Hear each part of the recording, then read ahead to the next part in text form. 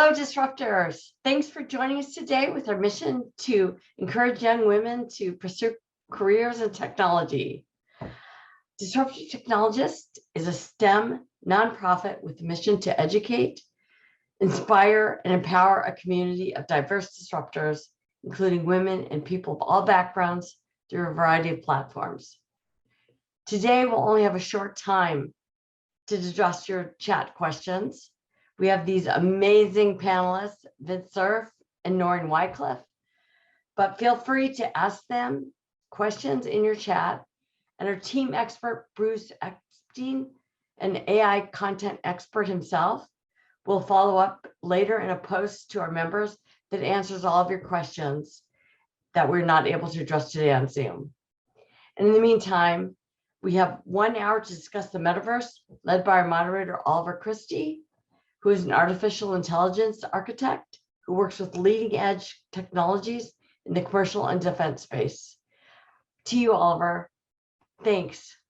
Yes, hello. Well, welcome back. And wherever you are, welcome to another Disruptive Technologists. We're going to be discussing the metaverse and really how we got here. With me tonight is Vint Cerf, the American internet pioneer and father of the internet. Also joining him is Noreen Whysel, the Director of Validation Research at ME2B Alliance, and a good colleague.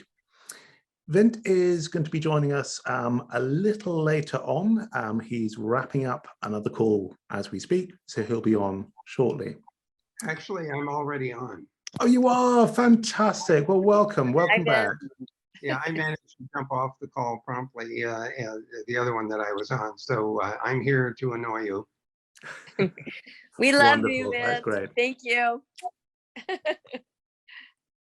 So I thought, without further ado, I thought we'd actually start with a quote from Alice in Wonderland, where Alice asked, "Would you tell me, please, which way I ought to go from here?" And the cat replied, "Well, that depends a great deal on where you want to get to." Let's start with the first question, which is, how did we really get here? And was it inevitable? Vint, you helped create an awful lot of the internet as we know it, a lot of the structure. Do you think we were always going to reach this point of a somewhat controlled internet? No, I don't think that this was assured or guaranteed. First of all, it wasn't clear the technology was going to work. That's what the ARPANET project was for, to show that packet switching could actually be used to solve some really fundamental problems for intercomputer communication among different brands of computers. Second, there was no guarantee that its use in the command and control context with the different kinds of networks that Bob Kahn contemplated, the packet radio net, packet satellite net, the original ARPANET, Ethernet that showed up at Xerox PARC at about the same time in 1973. No guarantee that we'd figure out how to actually get all that heterogeneous networking assembled to look like a uniform thing. Third, the idea that, that you would tell people, okay, so this is what's going to happen. We're going to build this demo.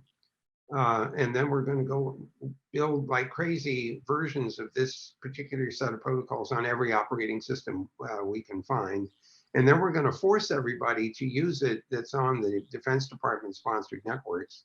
And then the Department of Energy, the National Science Foundation, and NASA are all going to buy in spite of the fact that the Open Systems Interconnection model, which got launched in 1978, just as we're freezing the internet, is, you know, hammer and tongs coming after us through an international standards organization, which most governments said, oh, well, of course we should adopt that because it's already an international standard. And who the hell are these US military, you know, people anyway, and why would we want to have anything from them? Apart from the fact that we gave it away. I mean, we basically said, here's the spec. If you want to build it, it should work. And by the way, we tested it. And then we would say, oh, and guess what? We're not going to charge each other for carrying each other's traffic. It's just going to be a peering relation. We all benefit from carrying each other's traffic.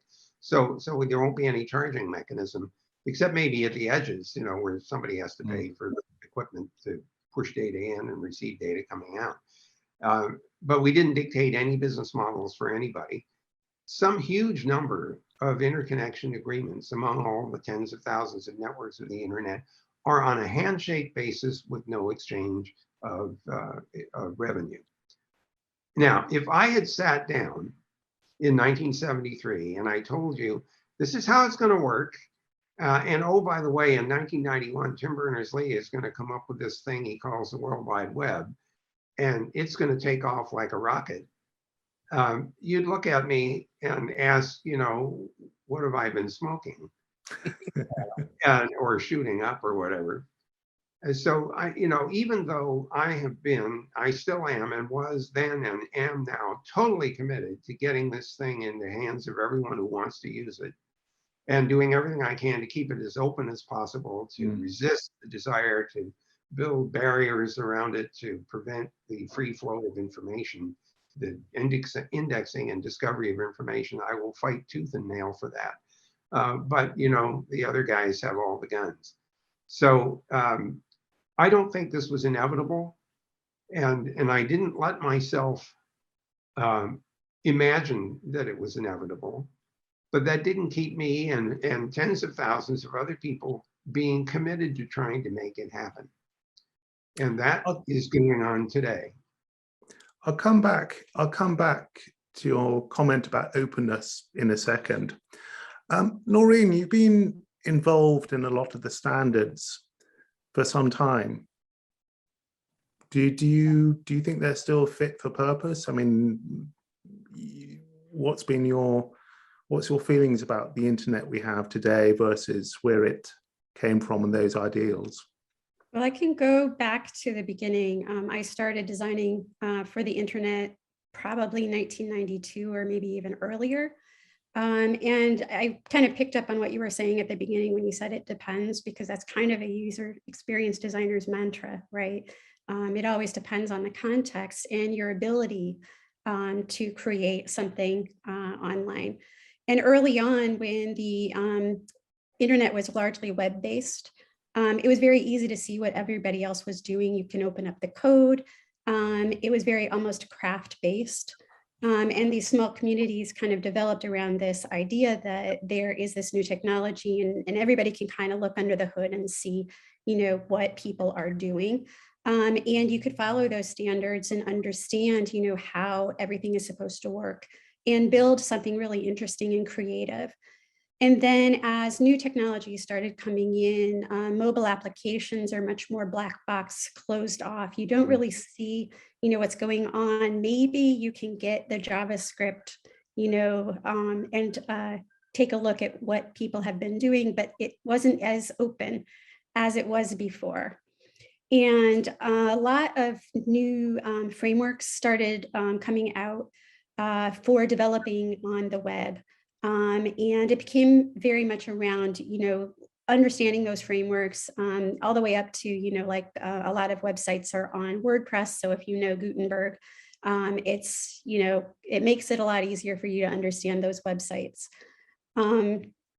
From the standards perspective, where I'm working right now is the Me2B Alliance. And we started out describing ourselves as a new kind of standards organization, but we're really kind of moving past the idea of being a standards organization, largely because a lot of standards are basically the working groups, and a lot of these standards are populated by people who work for those large businesses. And I remember, I want to say it was around 2012, I went to a W3C multimodal interaction event. And everybody in the room, except for me and a couple of other people, were in big publishing. And they were all directing the standard toward, whatever, the media companies that they belonged to, what they were developing in-house. So it's kind of like, you want to be part of these open standards communities. You want to understand how the technology is moving so that you can stay on top of designing and developing for those different standards. And there are standards that I really am a proponent of that I really like. The ARIA standard at W3C, all of the accessibility standards are, I think, really important and help you to develop a more inclusive web. But it's harder to see, how people are developing the website when you can't really see under the hood as well. Well, let's keep to that point just for a little bit. Vint, do you see the standards and who is controlling them as a threat to the open internet? Has the internet been ceded to nation state and some very, very large corporations? Well, first of all, the attempt by the Chinese to introduce new IP failed miserably, as far as I'm concerned. There's a piece of it dangling around somewhere in one of the committees in the ITUT, but doesn't have a whole lot of what's the right word? Traction. I was amused when Noreen said, "Let's go back to the beginning," and then she says 1992, and pardon me. Beginning is 1969 in my diary, anyway. My other. Yeah. But I want to emphasize several things. First one is that there are a number of different organizations that contribute to the pieces that make up the internet. Some of those pieces have been invented, of course, well past the early stages of just getting packet switching to work. So World Wide Web being a good example, since that shows up in 1991, whereas a lot of the other stuff came decades earlier. I would like to emphasize the differences among the various standards activities that influence the way the internet operates. The Internet Engineering Task Force is a remarkable organization. It's part of the Internet Society now. Before, it was literally supported by government grants from DARPA and NSF and so on. But what's peculiar about it is you can't join. All you can do is show up. There's no membership list. You just show up. If your ideas are attractive, people will adopt them, and if they're not, they won't. And that's it. You check your guns at the door for the most part. The World Wide Web Consortium is quite different. The IETF has an antipathy for intellectual property constraints on ideas. And so its standards are almost always bereft of licensed technology. They try very hard not to adopt things that require licensing. Unless it's a defensive license where the party offers a license free of charge and just doesn't want to be prevented from exercising its own invention. Now, the W3C got started in a very different context, and there are much more intellectual property concerns there. There are a lot of agreements that are part of the participation of the members in that organization. The IEEE is focused on the lower layers of the architecture, and it's a mixed bag when it comes to intellectual property constraints. So that's, one thing is to observe the different standards organizations as operating with different practices. The other thing that I think may be important to recognize is, although the World Wide Web element of the internet it's layered on top of a whole bunch of other stuff. Not everything is going through the web. Not everything is HTTPS or HTTP. A lot of it is triggered by those interactions, and then some other protocol takes over and does streaming video and streaming audio. What we're doing right now, for example, has a number of protocols that are being used in order to produce the result. They're not all running necessarily on HTTP. I only mention that because we shouldn't allow ourselves to think of the internet as being oversubscribed or limited. The design was open enough that you could keep building more protocols in each horizontal layer, and if you needed to, you could stick another layer on, which is what Tim Berners-Lee did with HTTPS. So, and now I'm just rattling away here, reacting to Noreen. I want to come back to your question, which is, are we in a state now where the internet's going to become increasingly constrained and tight and and less open than it was before? And the answer is there is risk of that. Part of the risk is that governments see bad things happening on the net and they want to protect their citizens. Some governments want to protect themselves, they have different motivation for control.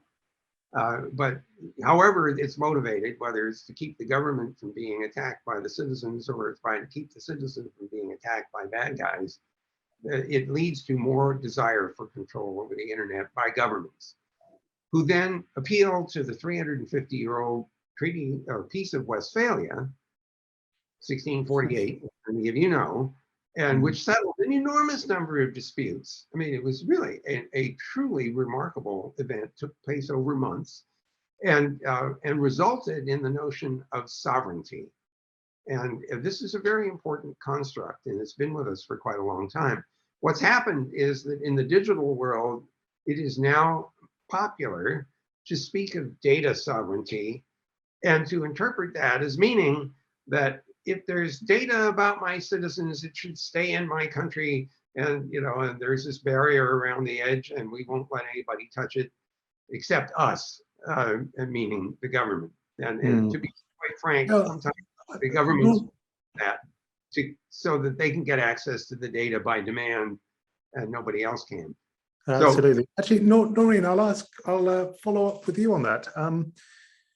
Data sovereignty, is it the right fit for what we really need to be looking at today, or is it and are the standards we have a good fit for the sort of freedoms that we want?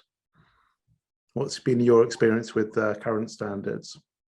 I feel like we're kind of operating in this paradigm that's dictated by those governments and the rules that they create. So things like GDPR, CCPA in California, and various other laws that are trying to address our data privacy are kind of wrapped around this idea of data as property, and often as data as property held by some database, not by brains, right?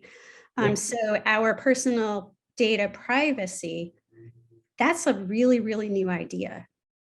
And I don't know that the data standards, I don't know that is addressing those issues, that understanding of what exactly is personal data and how legally is it our property. Yeah, so I'd be interested to know if there, is something out there that's trying to figure that out from a standards perspective, because right now it feels like the legal perspective is kind of overshadowing it all. It's really weird. If I could jump in, Oliver. Totally weird. Yeah, and the reason it's so weird is that the notion of ownership is different from access to. And the concerns about data privacy are more about access and control of access than it is who owns it. So regardless of who owns the data, I might still want to say something about who gets access to it. My willingness to share the data may be dependent upon the willingness of the other party to control access. So when I hear countries saying we want to build this, Chinese firewall around the country, my reaction is, wait a minute, that's not really going to do what you want it to do. First of all, it may not protect it any better than any other place. But if cryptography is your friend, which it should be in this case, then if you want to protect access to something, you can encrypt it and then decide who gets the keys.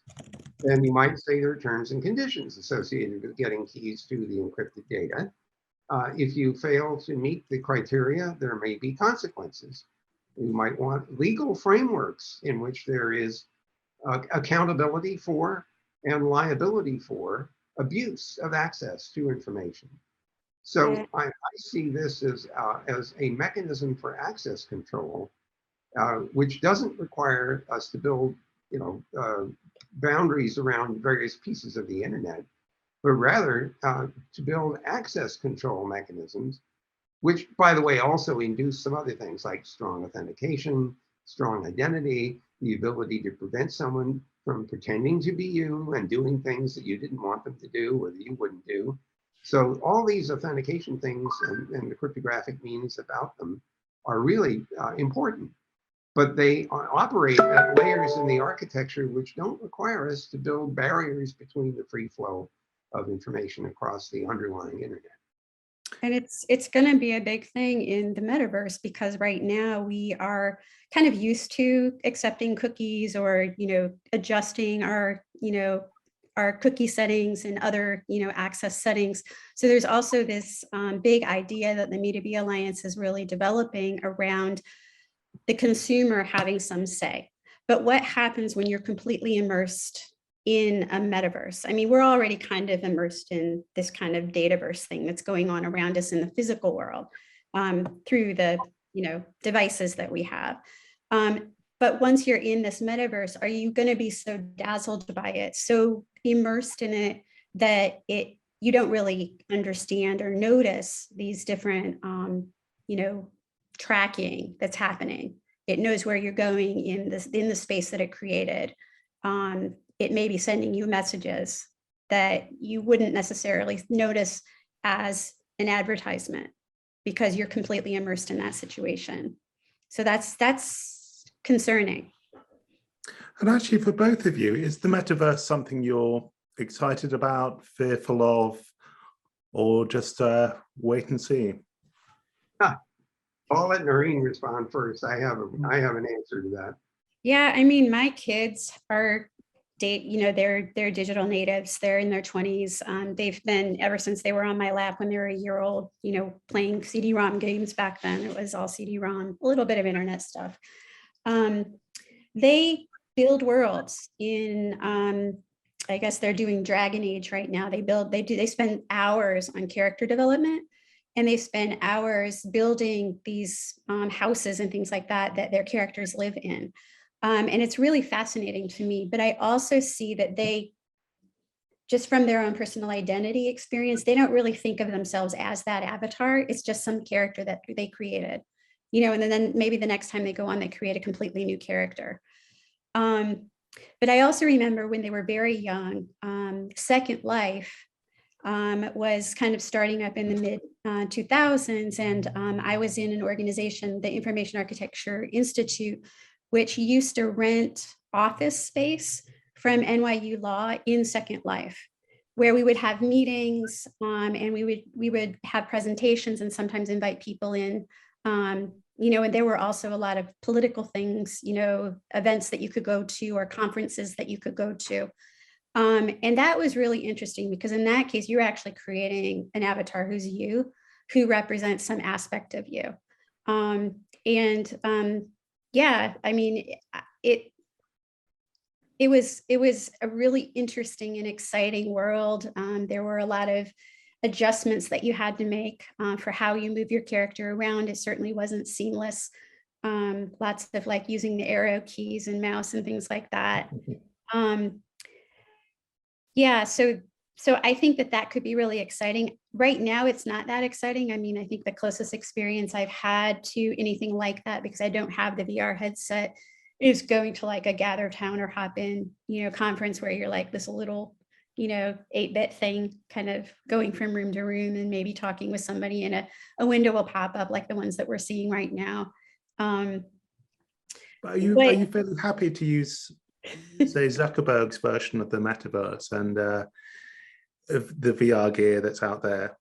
I'm a little worried about it, actually. I'm a little worried about it. And I also don't want to be that, old lady, who's, he's laughing again. I have 20-year-olds and they're used to this. And I'm like, kind of, moving my way around in it, trying tentatively to see what's going on. So yeah, I'm a little worried about that. I mean, just taking Zoom calls, I've had like voice dysphonia therapy because of the way that you have to express yourself in order to get the floor in Zoom.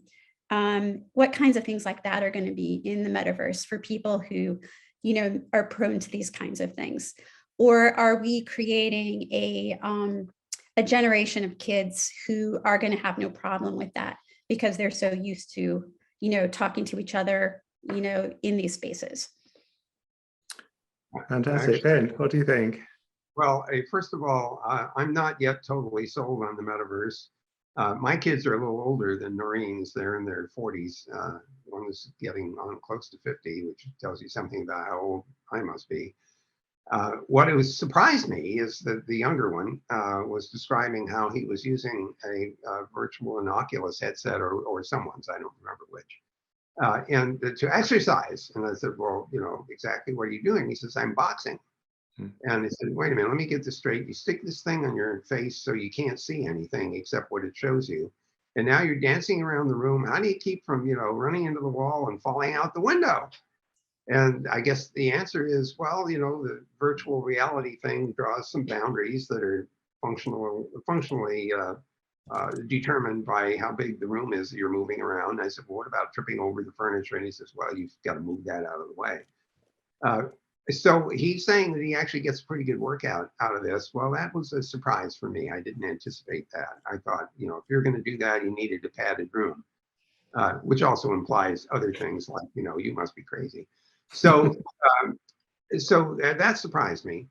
I think that there will be plenty of entertainment arising out of this. I think there will be proprioception problems. That's a 50-cent word, which means that your body is getting signals from one sense, like your eyes, that are not matched by your semicircular canals or the muscles in your legs.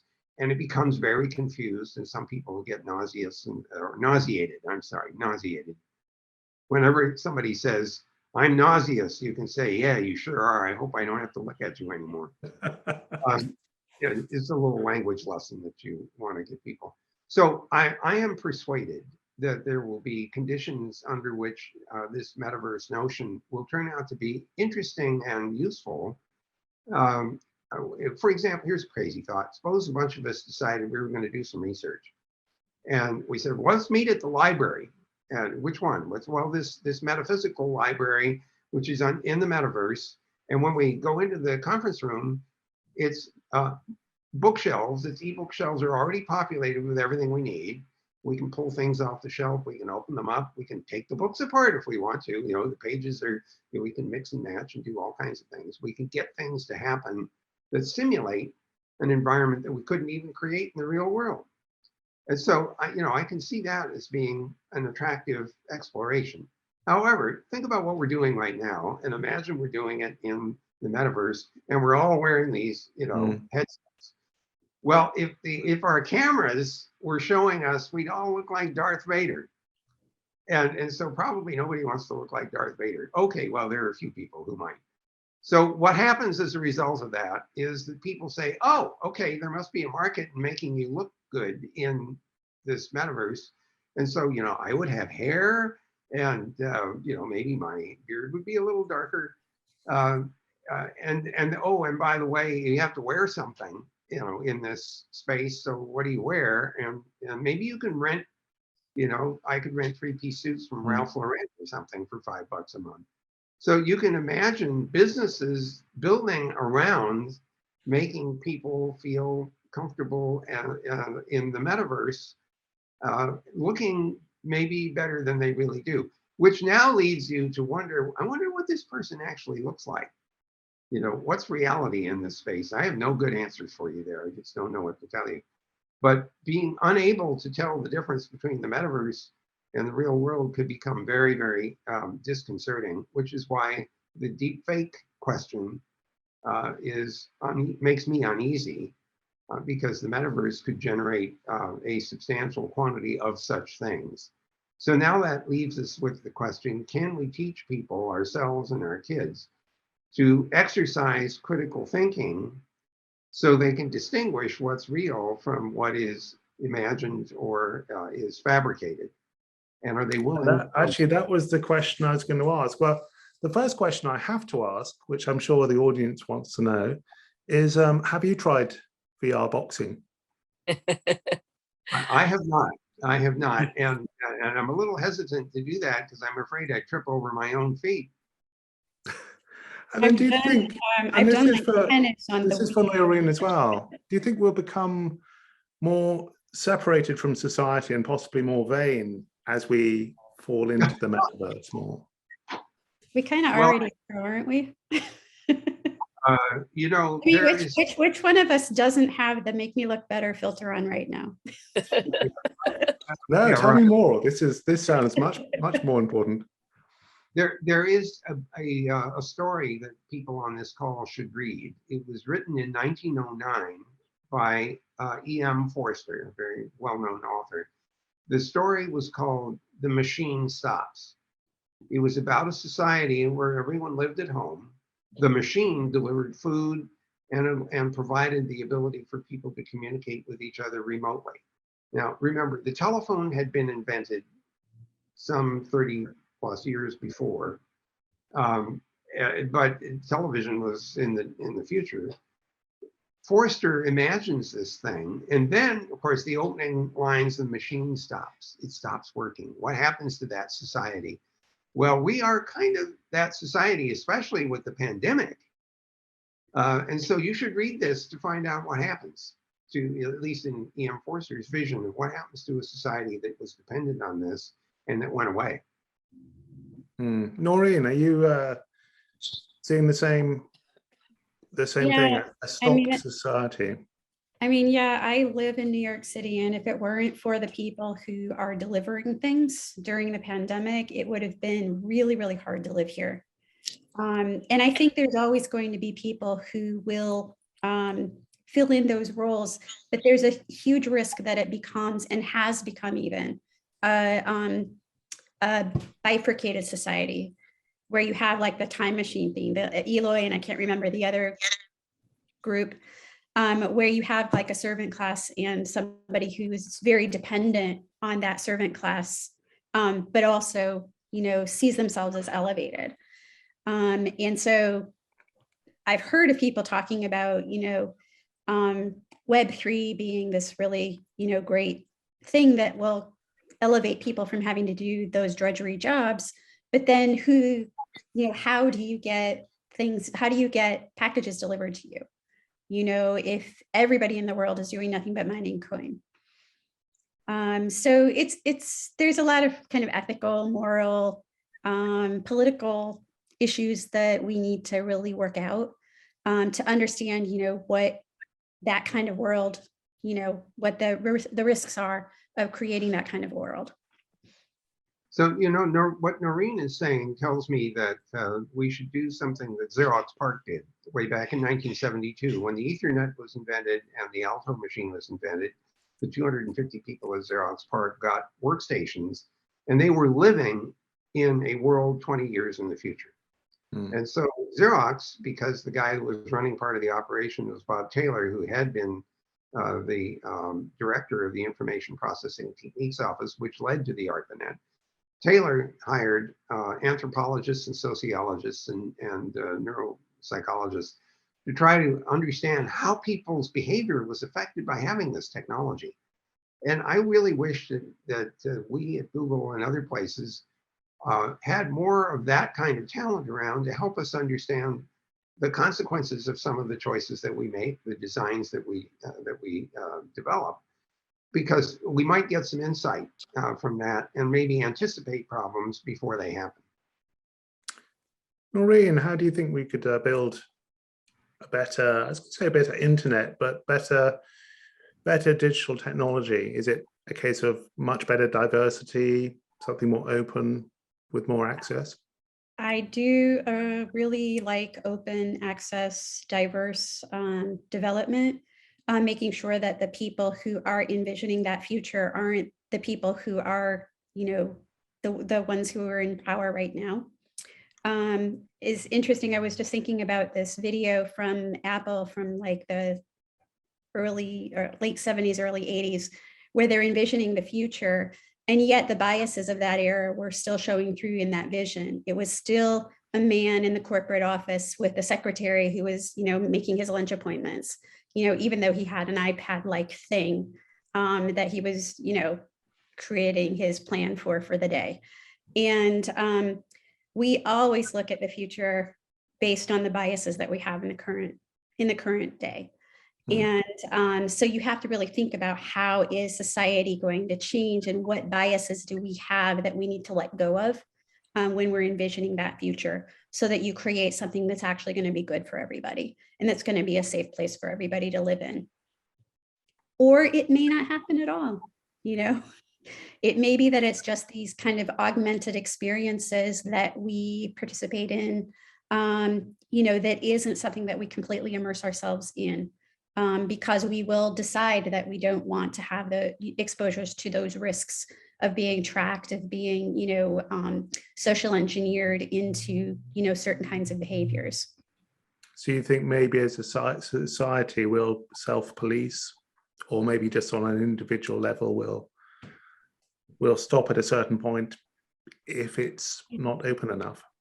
I'm not going to say that that's my prediction, because I don't know what the future is going to bring. And I do worry about the social engineering of our society right now, and where we might be going. And the fact that the regulatory things, you know, they work at the speed of government, which is not very fast. It's certainly not as fast as technology. So what you need to have is people who have that kind of watchdog role, to make sure that people are understanding what their data rights are, what their physical rights are even in these spaces, and what kinds of damages and harms might affect them, that can be mitigated somehow through the way that we plan for those future activities online. So this actually brings up a really important point, Noreen. It has to do with what's the framework in which people are protected. Mm-hmm. And because the internet doesn't recognize the passage of traffic across international boundaries, the IP address space was designed to be topological, but not organized around country codes. It's true that we have domain names that include country codes, but they also have the generic ones like .net and .org and so on, .com, that are non-country specific. So they're both classes up at the domain name level, and down at the internet level it's completely invisible. The consequence of that is that the system as currently operating allows a party in one jurisdiction to interact with a party in a different jurisdiction, potentially causing harm, which leads one to two problems. One is, how do you hold people accountable for bad behavior? How do you uncover any hiding that they've done in an attempt to be anonymous? And how do you get cooperation from another nation state to track down the parties who are causing harm? And how do you agree on what's harmful? How do you agree on reciprocity? There's a whole series of things like this that are still in debate, as you probably are well aware, not only within the European Union, but elsewhere in the UN, and in the effort that the Secretary General of the UN has promoted. The digital cooperation notion implies, to me anyway, the potential for nations to work together to uncover bad behavior and to bring it to justice. And every jurisdiction seems to have a different definition of what those harms are and what that bad behavior is. The California law defines dark patterns as UI patterns that, you know, cause harm, basically, but it's not really very detailed understanding of what these patterns are that should be avoided or that should not be included. So, and then also all of these other states in the United States are having their own privacy data regulations. There's a regulation in Virginia and California. There's one in New York that is on its way. And a number of, I think Ohio as well, and a number of other states are working on their own regulations. And it's going to, I mean, one of the things that I like have this hope for is that it's going to make the companies say, I don't want to have to deal with all of these regulations. Right. I want my users now to tell me, what I can do, rather than me trying to enforce this on them, because then otherwise I have to make sure that I have compliance in all these different jurisdictions. Or you go to the most stringent jurisdiction and you say, okay, we're gonna follow that law. Well, one possibility, of course, is that if you get diversity among the states, just looking at the US for a second, when you get diversity among the states and there is an interstate component to it, federal government has legitimate reason to step in to say this needs to be more uniform across the states. And that's what the Congress can do by passing laws that apply to all states. So that doesn't stop a state from trying to be more stringent, perhaps, than the federal government. But it may be impossible to be less stringent than whatever the federal rules are. And of course, this just gets more complicated when you start asking what happens on an international scale. I'm frankly hoping that there will be at least some agreement on how we should protect people from harm in the online environment. What do they need to know? What does digital literacy mean? And how do we agree on a common basis for reciprocity to protect people?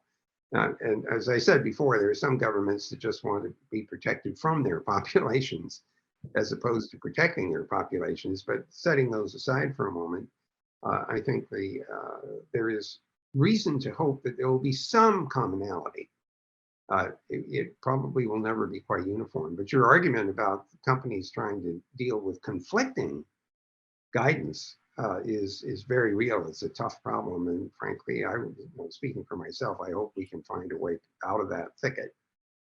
And I hope it's not, all of these little toggle switches that we have to, Yeah, it's hard enough to like find out where the location setting is on your phone.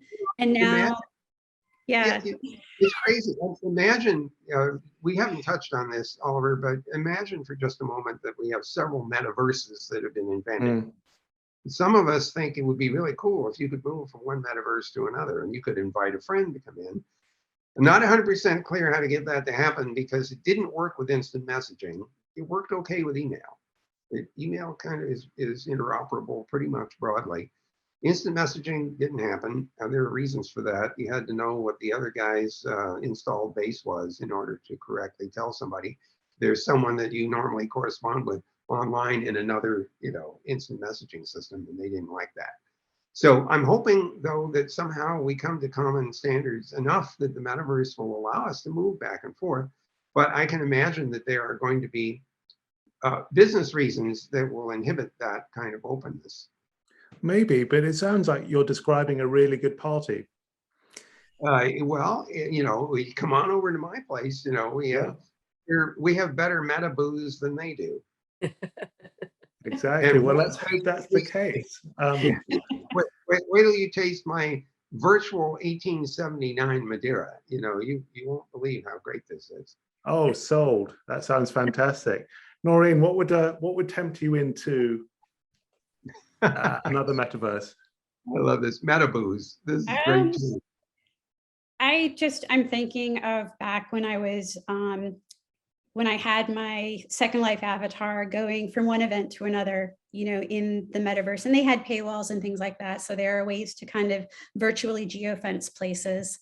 And I remember loving the idea that you can make these little things, that would be part of your character, part of your personality, or things that you could share with each other. And there was one point where I was having this event at the Information Architecture Institute, and we were at the end of the event, we had virtual buffet where you could pick up platters of things. And I had this little platter that I made with cucumber sandwiches and, Long Island iced tea and things like that. And then later on, I was at a Netroots Nation online conference with a bunch of I think it was 2008 candidates for office. And we were basically in this kind of auditorium outside. And everybody was kind of like bored because the speaker was a little late and we didn't know what to do. He started talking, and I just went into my little bag and I just pulled out my cucumber sandwiches and started like, it was fun. That was a lot of fun. I started sharing it. I was like, who wants a Long Island iced tea? And people were like, where'd you get that? I was like, oh, at the last thing that I was at. So that there are opportunities, I think, to do really quirky things, fun things. And, just recognizing that you're probably going to be tracked in there by whatever system is monitoring and giving you access to those spaces. So, you have to take care and be cognizant of that, and be cognizant of who's in the room with you, so to speak, and also what's going on with your body. The whole haptic visual balance issues that Vint was talking about are going to be a real thing, I think. I do have a friend who is Regina Gilbert, who's at NYU, who's studying VR to help kids with accessibility issues. So they're actually using this as a way to kind of, explore, the treatments for children with mobility issues. And I think that that's also another really great place to do research right now. But you just have to really think about it, from our perspective today, where that trajectory is going and what biases we're bringing with us. Noreen just brought up something that I find extremely appealing. And that's the possibility that we can provide to someone who has accessibility problems or mobility problems an experience that approximates, maybe just visually anyway and audibly, what it would be like to go on a safari somewhere.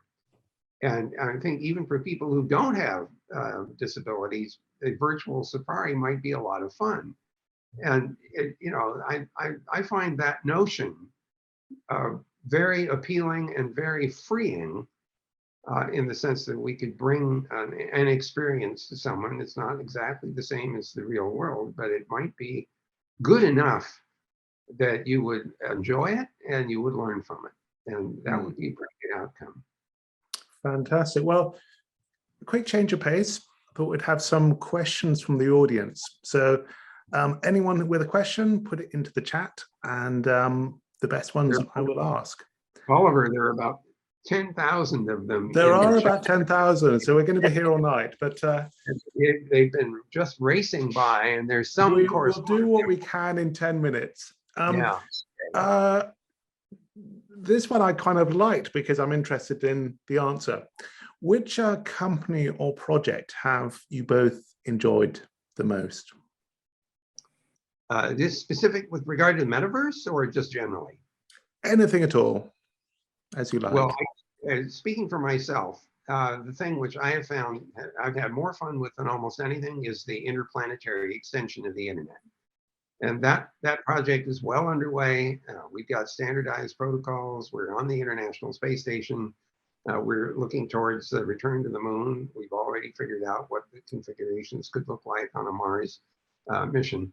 So, I mean, this is real. This is engineering. This is not just speculation. And so for me, it's tremendously fun, having grown up on science fiction, the possibility that you could actually do something like this is really cool.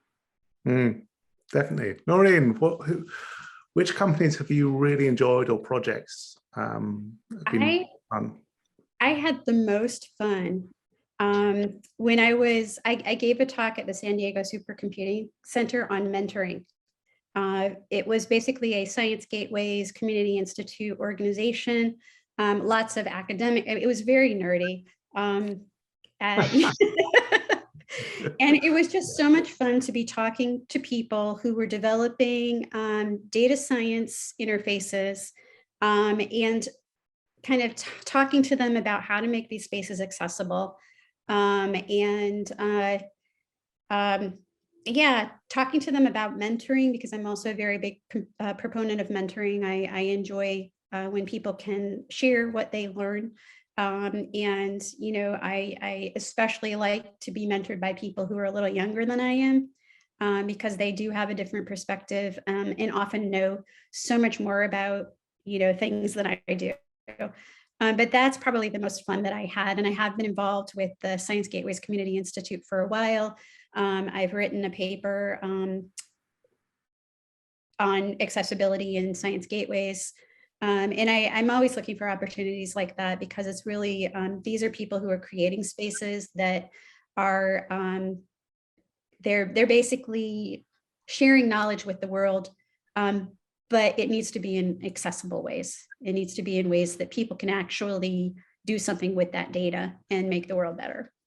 So Noreen brings up this wonderful topic, and I want to emphasize two aspects of it. First one is that people with disabilities are often the most creative people around because they have to cope with whatever their problems are. They have to figure out how to accommodate. And so I found people with disabilities are often the ones I turn to for creative thinking. That's the first point.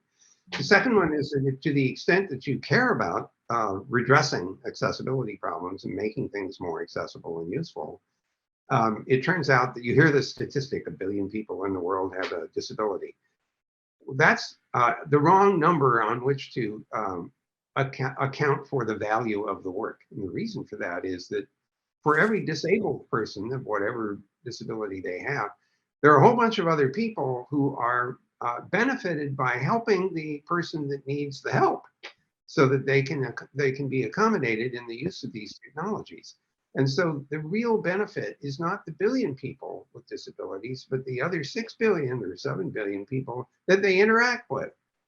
And so the power of what Noreen is talking about is amplified by the number of people who are benefited by a good response to accessibility needs.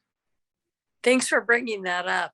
Really appreciate that. Our summer webinar is going to be on technology accessibility. You're Great. like right on. We're having you back, Vince and Noreen. I'll be there. Cool. Let's see, another question. Do we think the metaverse is going to be able to help with wealth equality, which in a way is an inclusion question? Yeah. I mean, do we think the digital divide is simply too big at the moment to really include enough people? I mean, I'm Well, not super optimistic. I mean, I think there's a possibility that it will allow access to things just like the internet did, to things that are typically, only available to people of certain classes. One of the earliest projects, and this is another really fun one that I did in 1996, I got to go to the Pine Ridge Reservation and teach web design to middle school kids. And this opened up a world for them because they're living in the reservation. Many of them never leave, or they do leave, and they're like looking at websites from Australia. They're looking at, websites from all over the world, and they're building one that they know that people from Australia and other parts of the world are able to find online. And that was really, I think, very empowering for a lot of those kids. So that was like a real honor for me to be able to do that. And for me to start my career in that way, I think shaped a lot of, the projects that I chose from then on.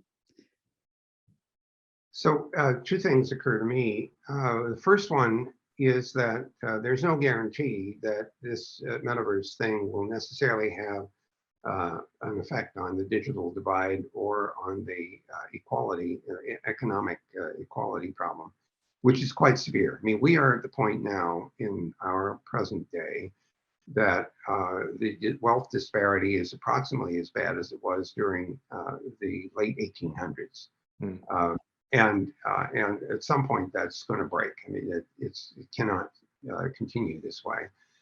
The reason that we have this problem is outlined in a book by Alec Ross called The Roaring 2020s.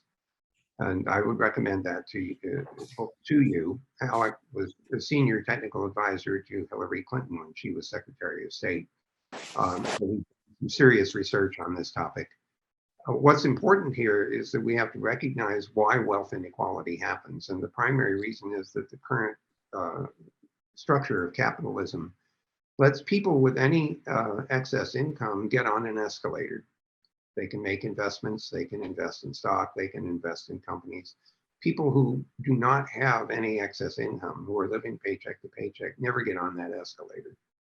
We need to find a way to reward people who make companies valuable simply by their work. An example of this is the Gallup company, which is privately held and the employees own the company. And so what they get paid for their work, but they also benefit from ownership of the company. And so if its value increases because of their work, their holdings increase in value as well. And so all the members of the employees of the company benefit from the value of their work. So I anticipate the recognition of this will eventually cause us to rethink the way capitalism works, so as to open the doors for more people to benefit from its opportunities. At least I sincerely hope so. Noreen, are you as optimistic that this could happen? I think there is a lot of room for education in this area, to really give everyone a chance, an opportunity to be part of that. And I don't know, I'm not sure, I'm kind of on the fence with it, because a lot of it's really exciting and a lot of it just really feels like it's a road to that increased disparity between the wealthy classes and everyone else. Gosh, I feel like we need to end on a positive note. We've got a couple of minutes left. Well, look, I mean, there is something positive to derive from all this, Oliver. For one thing, this is a new space in which to be creative. And there, there's just, it's amazing. It's just software. But software is this amazing amplifying tool. You can make, that's what drew me into computing in the first place. The idea that you could create this world and it would do what you told it to do was absolutely, mesmerizing. And then later I figured out it does what I told it, not necessarily what I wanted it to do. And the difference between those is called a bug. And I discovered very early on how hard it is to find the mistakes that you made. But nonetheless, this is a huge canvas and an increasingly rich palette on which to paint new ideas. And so I anticipate that we will be surprised by some of the things that people discover they can do in this kind of an environment. Fantastic. Well, that feels nice and uplifting, a nice point to end. Noreen, any last thoughts of what we're going to paint on this new and bright canvas? I mean, I feel like if we can bring back some of that, Skillshare craft, in the development, especially among younger generations, and really, pique their interest and excitement in building worlds, and in building better worlds, I think that we're probably going to raise a lot of really interesting and effective people. And I really hope that my kids are part of that. And I'm looking forward to seeing what people can build. Fantastic. Well, on to the future. Thank you both so much for a very, very interesting conversation. Unfortunately, we need to tie up as we're getting close to half an hour on the hour. Lauren, are you there? Do you want to end with some sponsor thanks? Thank you, everyone, for coming. This was a really great webinar. We have a lot of chat. Bruce is going to put together the chat questions. I may have to send them back to Noreen and Vint. Thank you guys so much to maybe answer some. And we'll post everything on our meetup page. We love our members. We love our Disruptive Technologist members. I want to thank our sponsors, Esther Dyson, Ramona Wright, Greg King, Jeff Paul, and Scott Moss for supporting us. This is a really exciting year. I think things are going to start happening. As Vint, he's so prescient. We're going to have our summer webinars on technology accessibility. And I wanted to remind you to send your name, title, company, and email address to info@disruptivetechnologists.com. And that'll enter you into our email lottery for a chance to win Empowering Entrepreneurial Books by Rebecca Costa. And we're also giving away 2-day Upflex office passes from Ginger Diwali. And be sure to register for our second Metaverse webinar at the end of this month with Uber Angel Esther Dyson. We'll have another take on that. Thank you, everyone, for coming. And thanks, Vint and Noreen, you guys, big fans. Anyway, see you all in 2 weeks. Take care. Thank you so much, everybody. Bye-bye for now. Bye-bye. Thanks.